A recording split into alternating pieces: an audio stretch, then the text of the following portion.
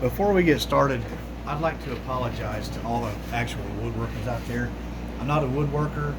I'm an artist. I paint. I sculpt.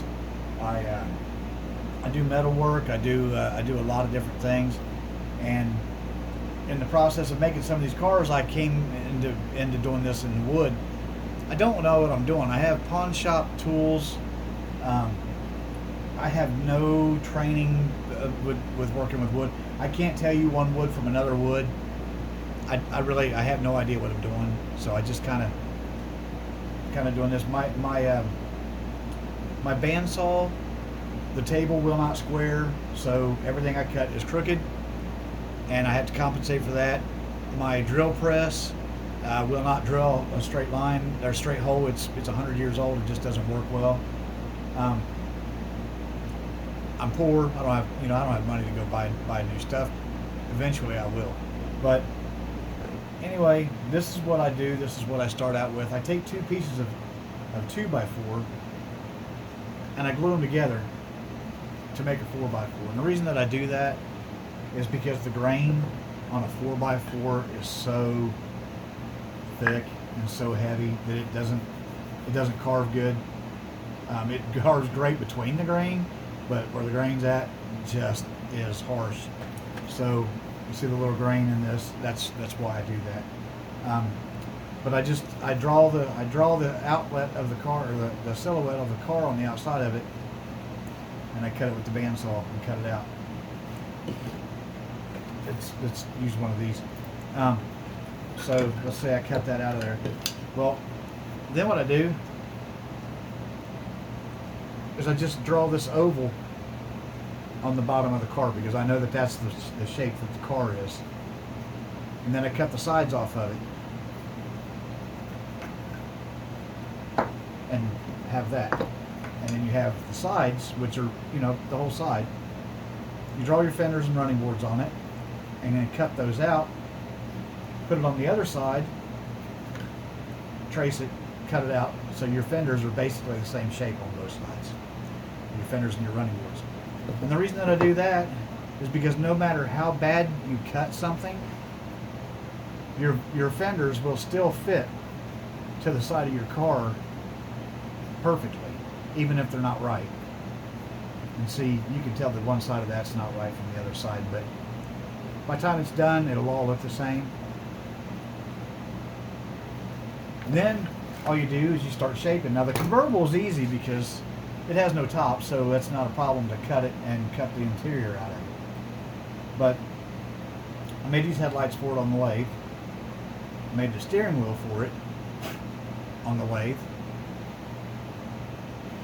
Okay, once I've rounded everything, or once I start working on it, when I get it to this point right here, I take some of this steel wire right here and I cut little pieces of it and drill a hole here, here, here, and here, and put the fenders on so that I can work with it.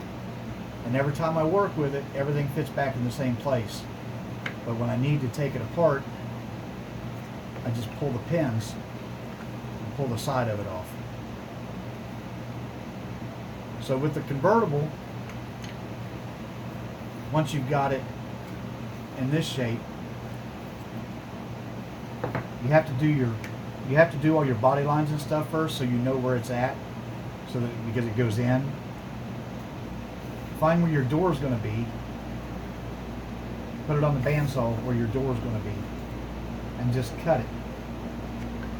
Cut the inside of it out. When you get done with it, you've got a block that came out of the inside of it. Well, out of that block, there's your front seats, there's your back seat. They already fit inside the car. Now you have to make the front seats a little bit smaller because there's a hump that goes in between them.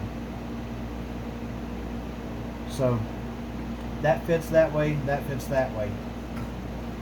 And then everything just sits back together. So that as you're working on it, you can make sure, put it back together every once in a while, make sure all your lines are still the same, all your curves are still the same, and everything still fits back together the way it's supposed to. And then here's the little This is cut from a piece of 2x4, and that's the floor for it. So that's what I've got so far, and I've still got to shape all the seats. I've got to make a dash. Got to make the hump that goes in the floor. Got to make the shifter. Got to make the pedals.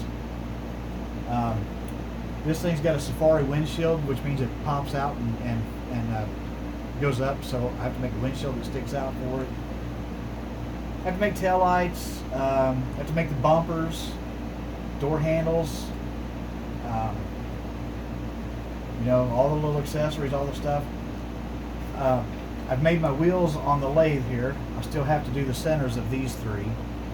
But the reason that I use the lathe instead of a hole saw is because these are usually so small that the center hole is so big that it messes with the center of the rim that I'm making.